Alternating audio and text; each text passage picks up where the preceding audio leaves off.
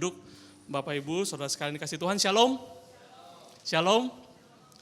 Saya berharap sekali Bapak Ibu saudara masih kuat karena setelah makan siang, terus dingin-dingin begitu ya, dengar musik indah, inilah saat yang paling menantang buat semua pembicara. Ya, ini saat yang paling enak ya sebenarnya ya. Semoga saya tidak bertele-tele, saya to the point saja beberapa hal. Saya juga tidak akan berkhotbah panjang, walaupun sepertinya ada beberapa hal yang ingin saya kupas. Tetapi bicara mengenai worship, bicara mengenai penyembahan Bapak Ibu Saudara, kita harus kembali kepada pengajaran firman Tuhan. Berbicara mengenai worship, sering kita berkata, oh saya bukan orang worship, karena suara saya pas-pasan, suara saya jelek. Ya, saya bukan orang worship, karena saya nggak punya talenta, saya nggak bisa mainkan alat musik. Bagian worship, bagian ibadah, bagian penyembahan, bagian pujian itu adalah untuk orang-orang tertentu aja yang punya talenta. Begitu. Itu yang selama ini terbentuk dalam konsep kita ya Bapak Ibu Saudara. Tapi hari ini saya coba mengajak kita membuka bagian firman Tuhan. Sebetulnya apa yang Alkitab bicara mengenai worship? Saya waktu review kembali, waktu diberikan tema ini sebenarnya tema yang mudah sebetulnya ya. Tapi waktu saya review kembali, kayaknya saya mesti kembali kepada dasar Alkitab. Kalau bicara mengenai worship itu bicara mengenai apa sebetulnya? Sebetulnya banyak ya Bapak Ibu Saudara, tapi saya nggak mau buat ini menjadi seminar. Ini menjadi sebuah perenungan saja di sore hari ini. Yang pertama yang saya mau sampaikan kepada kita semua adalah bicara mengenai worship itu adalah bicara mengenai persembahan. Offerings. Ya. Mungkin kaget Bapak Ibu Saudara dengar ini. Wah, kok tiba-tiba boxnya ngomong soal persembahan? Bukankah ini hal yang tabu di gereja kita? Kalau bisa, kalau ngomong soal persembahan, undang pembicara luar. Saudara, saya nggak tahu sejak kapan ada tradisi seperti ini. Padahal, bicara mengenai persembahan itu adalah sesuatu yang penting sekali. Dan banyak gereja-gereja Tionghoa, ya termasuk gereja kita, punya persepsi kalau bicara persembahan nanti, wah jangan-jangan nanti bisa konflik of interest. Jangan-jangan si Boksu lagi ngomongin soal ada kepentingannya nih, lagi nyindir majelis nih, kayaknya ada kebutuhan Boksu nih yang nggak tercukupi, makanya dia ngomong soal persembahan. Justru Bapak Ibu Saudara, gara-gara kekhawatiran seperti ini, maka akhirnya kita selalu ngundang pembicara luar untuk bicara persembahan, bukan? Dan yang kedua, dan yang ketiga, justru gara-gara seperti ini, hamba Tuhan merasa bukan tanggung jawabnya mengajarkan soal persembahan. Yang mengajari jemaat soal persembahan itu akhirnya media sosial atau pengajaran-pengajaran di mana-mana begitu. Di IG, di short, di TikTok, di YouTube. Sampai banyak sekali, sekarang kalau kita lihat misalkan terakhir-terakhir ini soal perpuluhan. Wah perpuluhan, jangan bayar perpuluhan, itu nggak alkitabiah. Sejak perjanjian baru nggak ada lagi ngomongin perpuluhan. Pendeta yang ngomongin perpuluhan memperkaya dirinya, lihat mobilnya pendeta yang ngajarin terus soal perpuluhan, mobilnya Alphard dan lain sebagainya. Jadi banyak juga jemaat-jemaat bertanya soal persembahan, soal perpuluhan ini. Akhirnya saya pikir-pikir, bener ya. Kalau kita hamba Tuhan dalam, nggak bicara soal persembahan, jangan-jangan yang ngajarin jemaat kita soal persembahan itu adalah orang lain begitu. Maka saya kemudian akan berpikir di kesempatan yang akan datang, di kebaktian umum tentunya, saya mungkin akan membawakan tentang persembahan. Karena bagi saya ini merupakan tanggung jawab, apalagi sebagai gembala sidang begitu. Tapi hari ini saya mau sedikit saja bicara kenapa worship itu utamanya adalah persembahan. Kalau kita buka mulai Kejadian pasal yang keempat, ketika manusia sudah jatuh dalam dosa,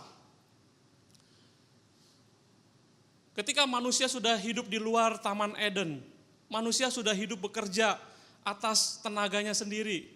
Dikatakan Kejadian pasal yang keempat ayat yang kedua dan ketiga. Selanjutnya dilahirkannya Habel, adik Kain, dan Habel menjadi gembala kambing domba, Kain menjadi petani. Setelah beberapa waktu lamanya, maka Kain mempersembahkan sebagian dari hasil tanah itu kepada Tuhan sebagai korban persembahan. Jadi ketika manusia sudah hidup di luar Taman Eden, di luar hadirat Tuhan, maka setelah itu perjumpaan manusia dengan Tuhan itu selalu ditandai dengan apa Bapak Ibu Saudara? Mempersembahkan korban, offerings. Inilah ibadah, inilah worship. Jadi manusia itu mau berjumpa dengan Tuhannya, mereka bawa offerings, mereka membawa persembahannya dari hasil yang mereka sudah diberkati oleh Tuhan itu sendiri. Begitu. Ya. Jadi kalau bicara soal ibadah worship pada zaman dahulu kala paling awal sekali, kalau Alkitab mencatat Kejadian pasal yang keempat ini, ibadah itu isinya persembahan loh Bapak Ibu Saudara. Kita nggak melihat di situ ada puji-pujian, nggak melihat ada unsur-unsur liturgika yang lain, tapi isinya persembahan. Maka kalau saya katakan saya nggak berlebihan kalau saya bicara soal, kalau kita bicara worship, maka itu worship biblical fondasinya adalah offerings. Ya. Offerings as a fundamental of worship. Isinya dari penyembahan itu adalah persembahan. Persembahan. Saya ingat lagi.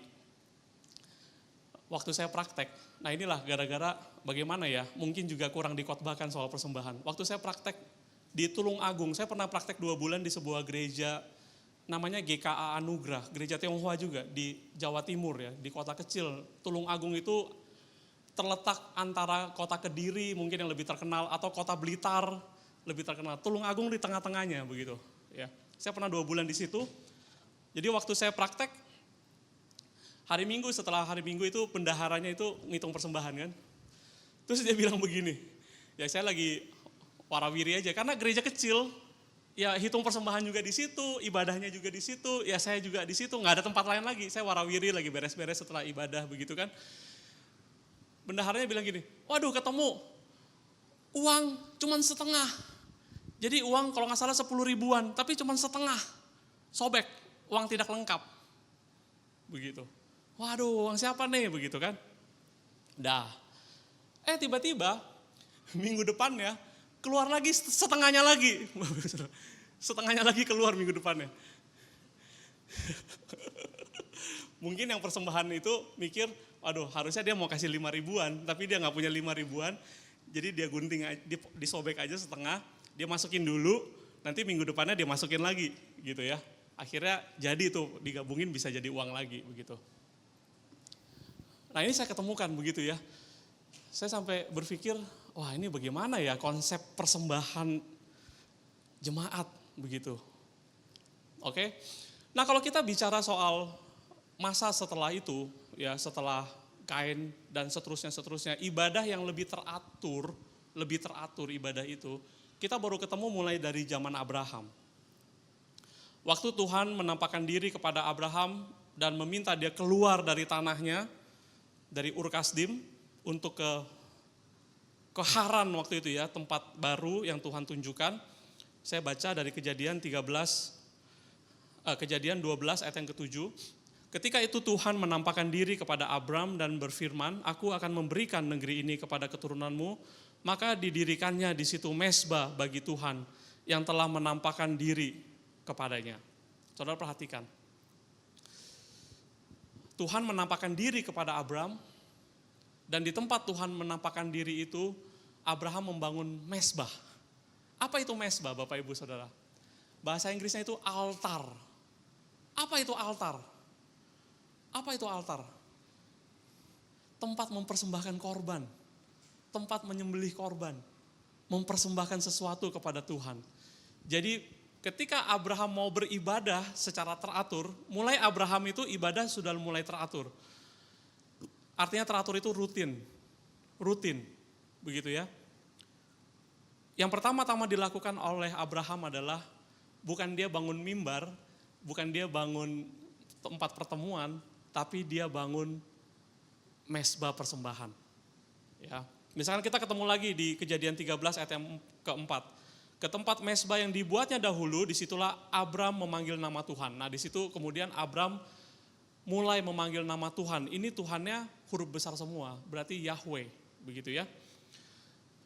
Kejadian 13 ayat 18. Sesudah itu Abraham memindahkan kemahnya dan menetap di dekat pohon-pohon terbantin di Mamre dekat Hebron, lalu didirikannya mezbah di situ bagi Tuhan. Di mana Abraham pindah, di situ dia bangun mezbah. Di mana dia pindah lagi dalam perjalanan menuju kepada tempat yang Tuhan tunjukkan, dia bangun mezbah.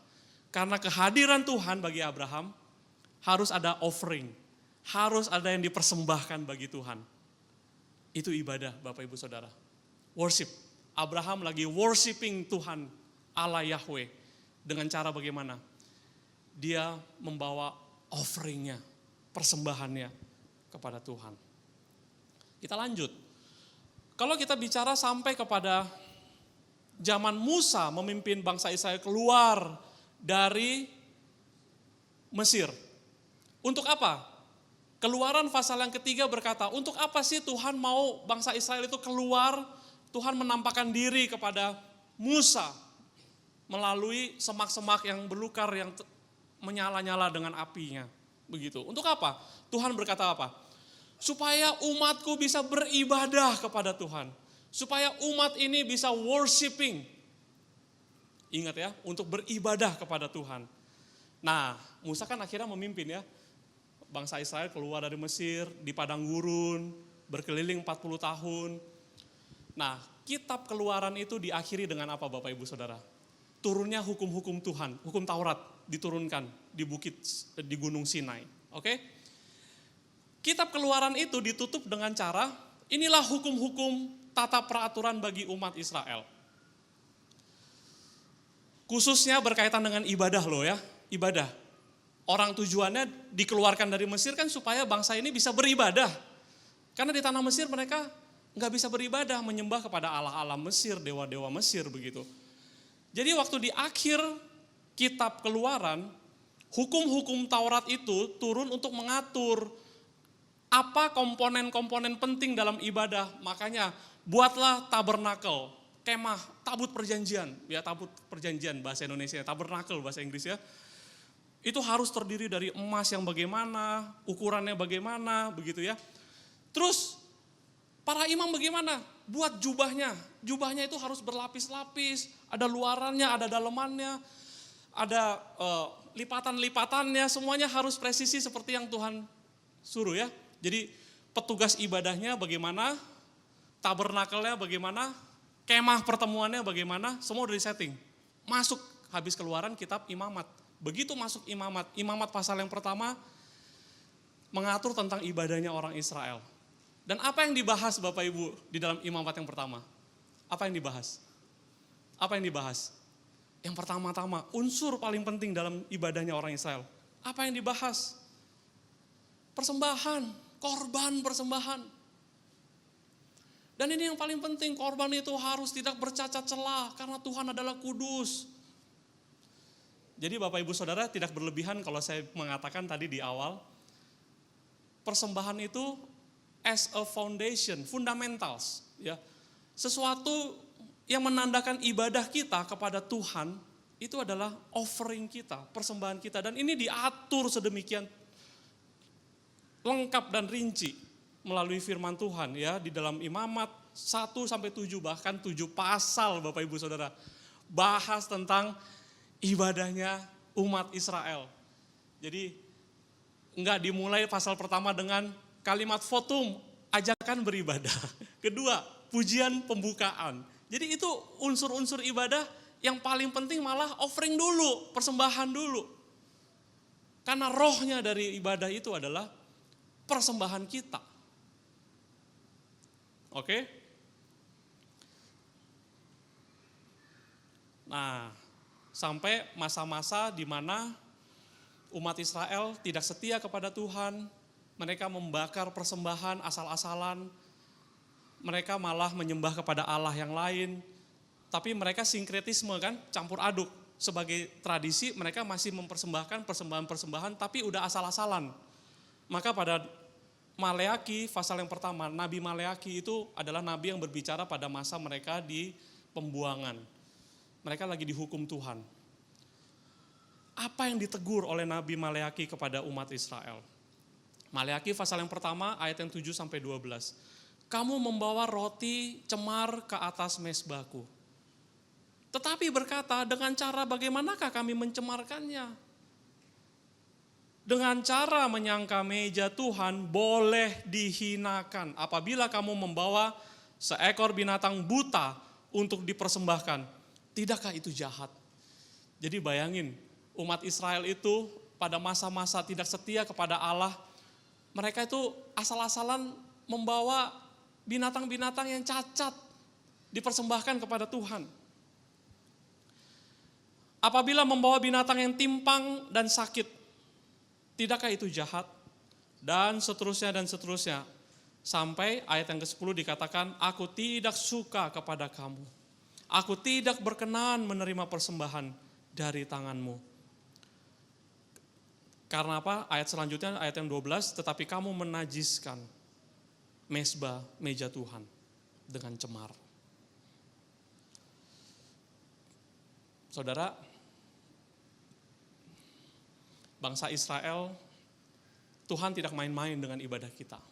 Bangsa Israel, dosanya itu berat sekali. Bukan hanya karena tidak setia kepada Tuhan, menyembah kepada Allah yang lain, tetapi mereka menghinakan tata penyembahan worship mereka dengan membawa persembahan yang asal-asalan kepada Tuhan. Ya. Nah, bagaimana dengan perjanjian baru? Perjanjian baru juga sama, Bapak Ibu Saudara, ibadah itu selalu dikaitkan dengan persembahan. Roma 12, 1 dan 2, ini ayat yang sudah sering kita kenal dan kita hafal bersama-sama. Karena itu saudara-saudara, demi kemurahan Allah, aku menasehatkan kamu supaya, coba perhatikan hal ini, kamu mempersembahkan tubuhmu sebagai persembahan yang hidup, yang kudus, dan yang berkenan kepada Allah. Itu adalah ibadahmu. Itu adalah worshipmu. Kamu mempersembahkan tubuhmu, semua yang ada padamu, kepada Tuhan. Oke? Nah, kalau kita sudah memahami sekarang ibadah itu fundamentalnya adalah persembahan. Maka mulai sekarang Bapak Ibu Saudara, kalau kita mengatakan kita mau worshiping Tuhan, kita mau menyembah Tuhan, kita mau beribadah ke gereja, pertanyaannya itu dibalik. Bapak Ibu Saudara dan saya, kita jangan tanya, saya mau ke gereja ini, saya mau dapat apa dari gereja ini? Gereja ini, saya bisa dapat apa dari gereja ini? Dari gereja GMI Immanuel ini saya dapat apa? Ya, kebaktiannya lesu, gitu ya. Pembicaranya lemes. Boksunya capek terus, gitu. Wah, saya dapat apa? Saya nggak tahu ini juga budaya yang dibangun dari siapa yang memulai, sehingga kalau kita mau datang beribadah, selalu kita ada tuntutan, saya mendapatkan sesuatu, saya mendapatkan berkat Tuhan dari ibadah ini. Tapi kita lupa, Alkitab perjanjian lama mulai dari Kejadian bahkan, sampai nanti Wahyu pun juga akan mencatat di dalam worship kita kepada Tuhan selama-lamanya. Kita selama-lamanya memuji Tuhan, mempersembahkan korban puji-pujian kepada Tuhan. Kita selalu bawa offering kita kepada Tuhan. Jadi saya mengingatkan lagi, kalau kita datang menyembah Tuhan, ingat, kita lagi bawa offering apa kepada Tuhan. Kalau kita mau worshiping God. Kalau enggak, jangan-jangan kita worshiping ourselves. Kita lagi menyembah diri kita. Saya ada keinginan yang harus dipuaskan. Saya ada kebutuhan yang harus dipenuhi. Jangan-jangan kita bilang kita lagi worshiping Tuhan, tapi kita sesungguhnya sedang menyembah kita sendiri. Karena kalau kita menyembah Tuhan, kita harus bawa sesuatu kepada Tuhan. Orang Majus datang menyembah, mencari bayi Tuhan Yesus. Mereka mau worship Tuhan itu dengan tanda bintang yang besar. Mereka datang menyembah Tuhan dengan cara apa, Bapak Ibu Saudara? Mereka bawa persembahan. Mereka bawa offering. Jadi bicara penyembahan, worship, ingat bicara soal offering. Ya, oke, lanjut. Boksu, tadi bilangnya nggak lama-lama, ini satu poin aja lama banget. Kita selesaikan aja kali ya. Yang kedua, bicara soal worship, juga bicara soal keluarga. Nah, saya mau kaitkan dengan pasutri kita sore hari ini ya. Ketika Tuhan bicara soal umat yang menyembah Dia, Tuhan selalu memperkenalkan diri. Ya, tadi saya katakan ibadah mulai teratur mulai dari Abraham. Habis Abraham siapa? Abraham, Ishak. Habis Ishak, Yakub. Tuhan selalu memperkenalkan diri, akulah Allah Abraham, Ishak, dan Yakub. Berkali-kali. Termasuk tadi, peristiwa, saya kembali ke peristiwa semak belukar yang menyala-nyala. Musa itu sudah beratus-ratus tahun dari Abraham. Tapi begitu dia berjumpa dengan sosok, siapa ini? Api yang menyala-nyala di semak-semak belukar itu. Ya mungkin ada fotonya, coba boleh slide selanjutnya. Ya ini penggambarannya, coba slide selanjutnya lagi. Wah, malam-malam Abraham lihat satu penampakan yang menyala-nyala, semak belukar. Dia mendekat. Apa ini? Siapa ini? Nah, menariknya adalah bagaimana cara Tuhan memperkenalkan diri kepada Musa. Sorry, yang bukan Abraham, ya Musa. Saya selalu terbalik-balik. Tuhan memperkenalkan diri kepada Musa dengan cara apa? Akulah Allah Abraham, Ishak, dan Yakub.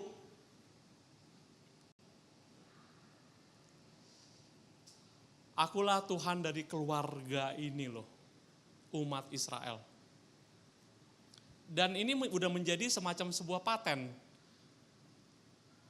Ketika semua peristiwa-peristiwa penting, ketika bangsa Israel masuk ke tanah perjanjian, selalu ungkapan ini, akulah Allah Abraham, Ishak, dan Yakub. Ketika Yosua mau pamit, Yosua pasal yang ke-24, aku dan seisi keluargaku akan beribadah kepada Tuhan. Di situ juga didahului dengan statement perkenalan diri dari Tuhan, akulah Allah Abraham, Ishak, dan Yakub. Jadi bicara soal worship, Bapak Ibu Saudara, bicara soal keluarga. Ulangan pasal yang ke-6 ayat yang ke-4 sampai 9 ini sesuatu yang sering juga kita dengarkan. Dengar hai orang Israel, Tuhan itu Allah kita, Tuhan itu Esa. Kasihilah Tuhan Allahmu dengan segenap hatimu, dengan segenap jiwamu, dan dengan segenap kekuatanmu. Apa yang kuperintahkan kepadamu pada hari ini, haruslah engkau perhatikan, haruslah engkau mengajarkan berulang-ulang kepada anak-anakmu dan membicarakannya. Yang ngajarin siapa Bapak Ibu Saudara? Orang tuanya ngajarin kepada anak-anaknya dan membicarakannya terus dalam percakapan-percakapan. Kita ini adalah keluarga yang punya Tuhan loh. Tuhan yang hidup, Tuhan yang luar biasa. Dan membicarakannya pada waktu apa? Pada waktu duduk di rumahmu, pada waktu dalam perjalanan, pada waktu dalam berbaring. Apabila engkau bangun, haruslah engkau mengikatnya sebagai tanda pada tanganmu dan lambang di dahimu. Dan haruslah engkau menuliskannya pada tiang pintu rumahmu dan pada pintu gerbangmu. Di rumah, mulai dari rumah. Menyembah Allah, worship, itu adalah juga bicara soal keluarga. Saudara, hari ini banyak gereja-gereja struggle ya. Struggle itu artinya itu bergumul dengan generasi muda. Banyak generasi mudanya nggak ikut generasi orang tuanya nggak tahu kemana. Dan selalu biasanya juga yang disalahkan lagi gerejanya frustasi, begitu ya. Bagaimana nih penjangkauan anak mengajarannya, bagaimana nih pengajarannya dan lain sebagainya. Bapak Ibu Saudara, Alkitab mengajar bahwa tanggung jawab untuk menyembah Tuhan dan mengajarkan anak-anaknya untuk menyembah Tuhan yang benar itu adalah dimulai dari keluarga masing-masing. Dimulai dari keluarga. Saya ingat waktu saya kecil juga, kami punya pergumulan. Papa selalu bilang juga, Ingat ya, Tuhan kita tuh maha kaya, begitu. Tuhan akan cukupkan segala kebutuhan kita. Jadi saya dengar pengajaran-pengajaran ini pertama-tama bukan dari guru-guru sekolah minggu sebetulnya. Tapi dalam percakapan-percakapan di meja makan, Papa selalu mengajarkan hal-hal rohani yang berkaitan dengan Tuhan. Dan related langsung dengan pergumulan hidup kita saat itu. Kita bergumul, wah Pak nanti ini bagaimana Pak, ini bagaimana. Saya ingat sekali Papa bilang, Tuhan kita itu berlimpah kasih, Dia kaya, Dia akan mencukupkan kita. Nah itu yang saya ingat. Nah itu juga yang sekarang saya coba ajarkan kepada anak-anak kami. Dalam percakapan-percakapan di meja makan, di tempat tidur, sebelum tidur kita coba ajak anak-anak kumpul dulu di kamar kami. Biasanya istri saya yang mengingatkan terus, ayo kumpul, begitu. Nah nanti ada percakapan-percakapan itu kan, nanti adalah pertanyaan susah banget begitu. Saya bilang, untung bapakmu pendeta, ya kan. Tapi benar loh Bapak Ibu Saudara, saya nggak akan izinkan anak saya ini diajarin teologi aneh-aneh sama orang lain. Harus saya yang ajarin anak saya. Saya merasa saya punya tanggung jawab untuk itu. Tapi kadang-kadang pertanyaannya udah susah banget ya, apalagi udah ngantuk. Saya bilang udah mama aja yang jawab lah, udah. Apalagi yang kecil tuh ya, mana dia? Lagi di luar, ya. Harus anak-anaknya tanggung jawab dong. Kalau anaknya sekarang gak ke gereja lagi, Bapak Ibu Saudara doakan sama-sama. Saya bersyukur, saya perkenalkan sedikit. Yang hari ini melayani itu keluarga Lewi tadi. Mungkin beberapa bertanya, apa sih keluarga Lewi? Lewi itu grup band ya Bapak Ibu Saudara. Jadi dulu waktu saya remaja, pemuda, saya pingin sekali bisa main alat musik. Tetapi kita gak punya dana buat les. Terus terang, saya gak punya, orang tua juga gak punya budget untuk studi yang seharusnya aja begitu ya. Yang lain-lain gak bisa. Makanya saya lari ke gereja. Di gereja itu banyak band begitu ya, kakak-kakak senior. Saya ingat saya lihat Pak Menason main gitar luar biasa. Saya pengen sekali bisa main gitar. Saya lihat ada sekarang Bok Sulai, saya panggil Lau Selai. Wah mereka dan kakak-kakak senior itu mereka mengajari saya otodidak. Di gereja saya melayani. Jadi pengiring-pengiring main gitar begitu. Akhirnya saya sudah bisa dan sudah jadi pemimpin. Udah jadi pengurus bagian musik, mengatur-ngatur jadwal pelayan. Baru kita mau memuridkan lagi kan. Pokoknya prinsip saya dapat cuma-cuma, saya harus berikan dengan cuma-cuma. Saya dapat ini semua, saya bisa musik, gitar, kunci-kunci dari gereja. Saya harus memuridkan lagi dengan cuma-cuma. Maka muncullah generasi-generasi pertama yang datang ke saya, Paul gitu ya. Paul datang ke saya, Kojos, saya mau belajar gitar, mau seperti Kojos begitu. Saya mau belajar gitar bass. Saya bilang sama Paul, boleh saya ajarin dengan satu syarat, saya bilang. Apa dia bilang? Kamu harus, kalau saya sudah ajarin, kamu harus lebih hebat dari saya. Iya, akhirnya saya ajarin tuh si Paul ya. Bener, sekarang dia lebih hebat dari saya, begitu ya. Ada Paul, ada Kevin. Kevin juga dulu pertamanya dia main gitar. Jadi kita belajar gitar ya sama Kevin ya. Ternyata dia ini adalah permata yang tersembunyi begitu ya. Talentanya tuh ada di keyboard, ada di piano, begitu. Juga ada melodi, begitu ya, sama-sama pelayanan, sama-sama waktu zaman remaja. Akhirnya kita kumpul lah beberapa yang sudah bisa main musik ini, kita buat band. Bandnya apa kita beri nama? Kita beri nama Levi. Karena seperti di Alkitab, grup ini untuk menyembah Tuhan, untuk melayani Tuhan, begitu. Nah, puji Tuhan, akhirnya kita bersama-sama dari remaja ya bertumbuh, sampai satu-satu menikah, sampai satu-satu punya anak. Dan saya bersyukur sekali bahwa ternyata kita bukan hanya menjadi penyembah-penyembah Tuhan, tetapi kita juga seperti firman Tuhan katakan kita ajar kepada generasi-generasi berikutnya. Kalau yang tadi Bapak Ibu lihat, yang main drum itu, iyalah udah anaknya. Tadi yang main musik beberapa juga udah generasi kedua begitu ya. Si Jose udah main bass seperti ya kan, tadi yang main drum itu kan Jovi, anaknya Kevin, begitu. Yang kedua Aaron, anaknya Hendra, Shirley ya. Jadi kita lihat, kita mau ini kita turunkan melalui keluarga-keluarga. Bukan hanya bapak-bapaknya, orang tuanya, bapak emaknya, jago-jagoan melayani. Tapi kita mau pastikan sampai generasi selanjutnya, kita juga adalah penyembah-penyembah Tuhan. Karena menyembah Tuhan itu bicara soal keluarga, family. Ya. Dan yang terakhir,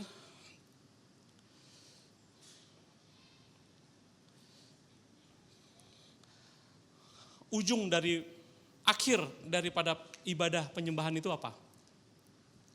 Akhir dari ibadah penyembahan itu bukan doa berkat ya Bapak Ibu.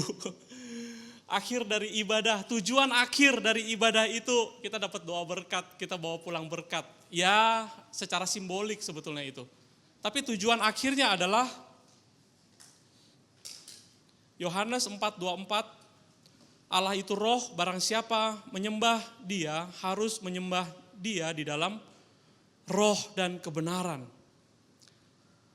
Tujuan akhir dari penyembahan, ya, worshipers ini ya, para penyembah-penyembah Tuhan ini, tujuan akhirnya adalah mereka hidup di dalam roh Tuhan dan di dalam kebenaran. Orang yang menyembah Tuhan bukan hanya hebat waktu ibadah hari Minggu, ya muji-puji Tuhan luar biasa, tapi Senin sampai Sabtunya kacau balau hidupnya. Orang yang penyembah-penyembah Tuhan yang betul, yang sejati adalah orang yang semakin dia sembah Tuhan, hidupnya berubah.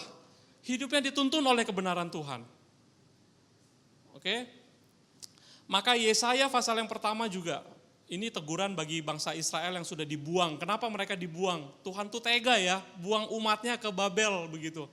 Yesaya pasal pertama, Nabi Yesaya ini juga nabi yang menubuatkan kedatangan Mesias dan juga penyalipan Mesias.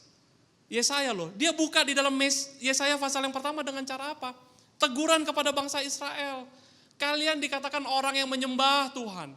Tetapi lihat, Yesaya 1 ayat yang ke-11. Untuk apa korbanmu yang banyak-banyak? Ingat ya, ibadah sama dengan persembahan kan, offering, korban. Untuk apa itu korbanmu yang banyak-banyak? Firman Tuhan, aku sudah jemu akan korban-korban bakaran. Berupa domba jantan dan akan lemak dari anak lembu gemukan, darah lembu jantan, domba-domba dan kambing jantan tidak kusukai. Ya kan? Seterusnya, ayat yang ke-13, jangan lagi membawa persembahanmu yang tidak sungguh sebab baunya adalah kejijikan bagiku.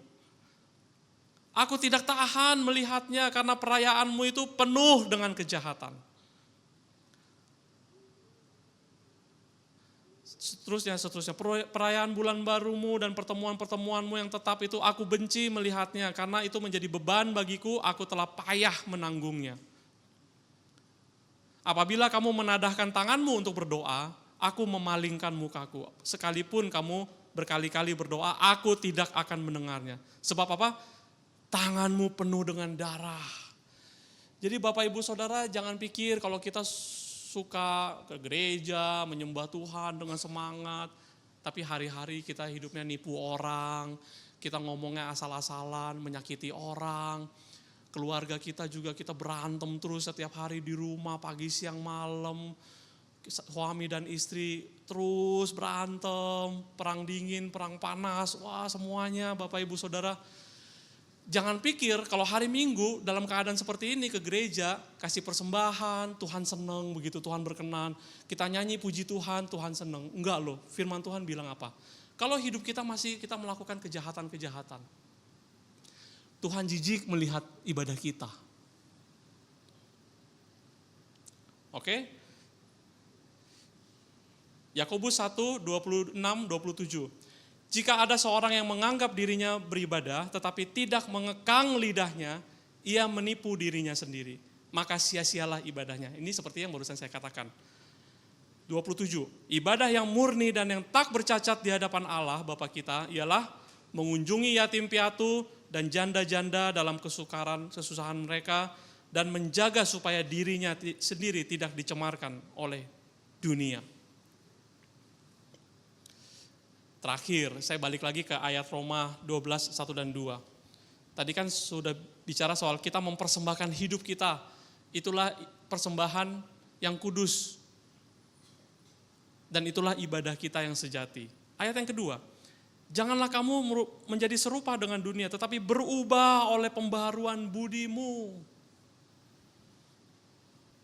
Ini kan akhir dari ibadah, hasil dari ibadah yang sejati itu, dari persembahan tubuh kita, hasilnya adalah berubah hidup kita, berubah budimu. Ini bahasa Indonesia terjemahan baru ya, budi. Itu sebenarnya akal pikiran. Pembaharuan akal pikiran kita. Sehingga kita dapat membedakan mana kehendak Allah, apa yang baik dan berkenan kepada Allah dan sempurna. Itu menjadi tujuan kita setiap hari. Ini sesuai kehendak Allah enggak? Itu yang kita cari. Ini baik enggak? Ini memuliakan nama Tuhan enggak? Kalau enggak, kita selalu mikir begini, apa yang untung buat saya? Apa yang enak buat saya? Apa yang memuaskan saya? Semua kejadian, semua persoalan hidup kita. Apa opsi-opsi yang ada? Mana yang paling menguntungkan saya? Tapi kalau kita adalah penyembah-penyembah Tuhan, harusnya yang menjadi pertanyaan adalah, manakah kehendak Allah? Apa yang baik? Apa yang sempurna itu? Ini adalah hasil dari ibadah. Kalau ibadah kita sudah berhasil menghasilkan transformasi hidup kita, kita menjadi orang yang semakin berkenan kepada Tuhan. Jadi kemanapun kita pergi, kita harus selalu berkata, aku orang yang beribadah kepada Tuhan loh, Tuhan yang benar. Maka sikap hidup saya bagaimana? Harus itu, selalu. Kalau kita naik lift, kalau itu saya sebagai Joshua, saya kalau naik lift, saya lihat orang jauh tuh, deket-deket, saya tutup gitu, syukurin. Saya naik sendiri. Itu kalau saya sebagai Joshua, tapi kan enggak, saya sebagai seorang yang punya Tuhan, menyembah Tuhan. Kalau saya naik lift, saya lihat dulu ada yang mau ikut enggak. Kalau ada, saya tungguin, saya buka. Begitu. Saya baru ke Medan beberapa waktu lalu, kalau melayat, ada family berpulang. Jadi kita makan, diajaklah, ada beberapa teman gereja. Lama nih gak ketemu, Box to Josh, ayo kita sarapan sama-sama. Wah, di situ makanan semua, namanya di Medan ya kan. Sambil pilih-pilih sarapan, ada bapak-bapak minta beliin makanan ya. Udah makan belum? Minta uang begitu. Engkok-engkok lah begitu ya. Lalu majelis teman ya, majelis di Gloria nih sebenarnya. Teman yang ngajakin saya makan, akhirnya dia buka dompetnya. Dia kasih uang. Saya pikir, wah, dia jalan sama pendeta nih, baik hati nih ya. Tapi itu adalah sebuah gestur yang baik. Ini kita orang-orang yang percaya. Oke, tadi saya sudah tawarkan ya, kalau dia belum makan kita kasih makanan aja sebenarnya. Tapi namanya mental pengemis. Jadi karena itu ramai keramaian, kita bolak-balik, habis beli ini, balik lagi. Ketemu lagi dia, dan bapak ini, si engkau ini udah lupa, dia minta lagi. Si majelis tadi yang tadinya murah hati, udah jadi kesel gitu. Loh kan tadi udah kasih gitu. Udah. Nah, saya coba senyum aja, saya coba udah. Pokoknya kita adalah orang yang menyembah Tuhan. Ya, kita harus beda. Jadi waktu di bandara saya lihat, wah ada ini nih, roti, pengen jajan, suka jajan kan. Papa Bears tau ya. Di bandara tuh, kan mesti di bandara baru ketemu ya, kayaknya jarang deh kalau di mall. Saya ngantri. Lalu di belakang saya itu, nah ini luar biasa ini, semacam biksu begitu. Dia pakai baju yang warnanya coklat-coklat begitu ya, satu helai begitu. Dia juga mau jajan itu sama seperti saya. Saya pikir dalam hati saya sama nih, kita rohaniwan sukanya Papa Bears. Tapi bedanya ini yang luar biasa. Saya kan udah ngantri aja biasa gitu ya. Dia sangat sopan sekali. Jadi sebetulnya dia hanya beberapa di belakang saya ngantri, tapi begitu ada yang datang lagi, dia persilakan lagi duluan. Begitu dia udah maju lagi, ada yang datang lagi, dia persilakan duluan. Terus begitu loh, konsisten dia. Sampai saya udah beli, saya duduk, saya makan, sampai saya selesai, saya udah mau pergi menuju ke gerbang, dia masih di situ ngantri. Saya sampai pengen, aduh, udah deh sini deh, lu maju aja, udah kenapa sih? Begitu. Ya itu, karena dia merasa dia adalah orang yang punya kepercayaan tertentu. Jadi dia mau mempersilahkan semua orang lewat dulu begitu. Tapi kan ujung-ujungnya nggak lewat-lewat dia. Ya kan? Nggak ada waktu. Ya kalau ada waktu saya pengen ngajak ngobrol. Saya udah ke gate gitu, udah mau pergi. Tapi saya mau katakan adalah, sebagai seorang yang menyembah Tuhan, seharusnya ada pembeda hidup kita di dalam kehidupan sehari-hari. Karena disitulah ujian itu nyata begitu. Kalau di gereja aja jagoan lah kita ngomong, termasuk saya pendeta pun jagoan lah kalau ngomong di gereja begini-begini nih. Tapi begitu saya keluar satu langkah aja dari pintu gerbang itu, saya udah sama. Dan di situ diuji. Apa sikap hidup saya sebagai seorang yang menyembah Tuhan?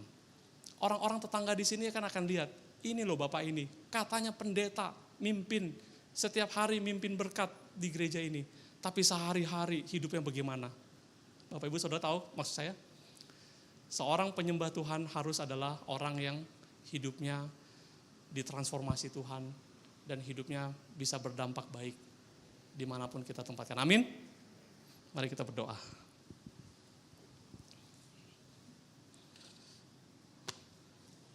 Terima kasih Tuhan untuk kesempatan yang indah kami boleh bersekutu bersama, merenungkan firman-Mu. Ajarlah kami ya Tuhan boleh menjadi penyembah-penyembah-Mu yang menyembah di dalam roh dan kebenaran. Ajarlah kami ya Tuhan selalu berpikir di dalam penyembahan kami selanjutnya. Persembahan apa yang mau kami persembahkan kepadamu ya Tuhan. Kami persiapkan baik-baik. Ajarlah kami juga ya Tuhan selalu merasa bertanggung jawab untuk mendidik bersama-sama semua anggota keluarga menjadi penyembah-penyembah-Mu. Terima kasih Tuhan untuk firman Tuhan yang indah, Roh-Mu yang kudus menolong kami melakukannya. Di dalam nama Tuhan Yesus kami berdoa. Amin.